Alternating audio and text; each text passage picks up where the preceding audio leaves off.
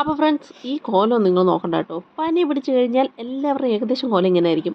അന്നൊക്കെ അവിടെ തുള്ളി പോയപ്പോഴേ എനിക്കറിയായിരുന്നു എല്ലാ ദിവസവും വീഡിയോ ഉണ്ടെന്ന് പറഞ്ഞ് നടന്ന ഞാനാ. അപ്പോൾ നിങ്ങൾ വിചാരിക്കും പിള്ളേരെന്ത് ചെയ്യുന്നു? പിള്ളേർ ഒരു കുഴപ്പമില്ല, ഇവിടെ തുള്ളി ചാടി എവിടെ കയറണമെന്നും പറഞ്ഞ് രണ്ടും കൂടെ നടപ്പുണ്ട്.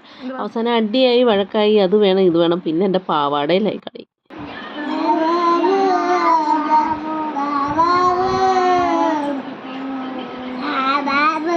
അവസാനം കളിച്ച് നമ്മൾ പറഞ്ഞു വന്നേതാ പനി. ഈ പനി പിടിക്കുമ്പോൾ എൻ്റെ ഏറ്റവും വലിയ വീക്ക്നെസ് പാപം തീറ്റയാണ്.